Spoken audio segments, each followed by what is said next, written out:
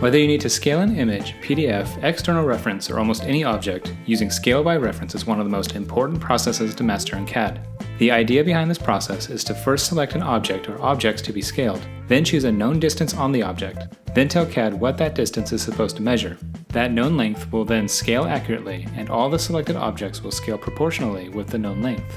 This process includes a few additional steps, so let's go through how to use scale by reference. In this example, I'm scaling an attached PDF. CAD objects, XREFs, and attached images can all be scaled with the same process. Scale with reference will work for scaling objects as long as your drawing includes an object with a known intended length or width. This could be a graphic scale, door width, sidewalk width, or even a parking stall width. You just have to know what this linear measurement is supposed to be. You must also have your units set correctly. First, select the PDF or objects to be scaled by clicking the border of the PDF, or, if you're scaling multiple CAD objects, use a window selection to select all the objects. After selecting everything you want to scale, type Scale in the command line. You can also just type SC for short. Press Enter or Spacebar to activate the scale command.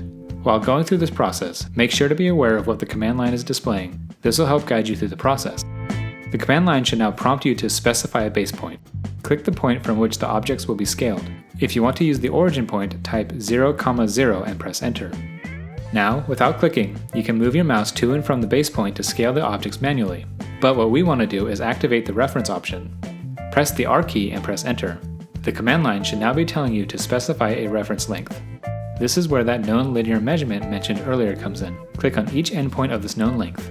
I'll use the width of this graphic scale. The command line will then ask you to specify the new length. Now type this reference length and press Enter. I know that the graphic scale is 80 feet wide, so I just type 80 feet and press Enter. All the selected objects will scale up or down so that the known length is now accurate. You can check the accuracy using the distance or DI command.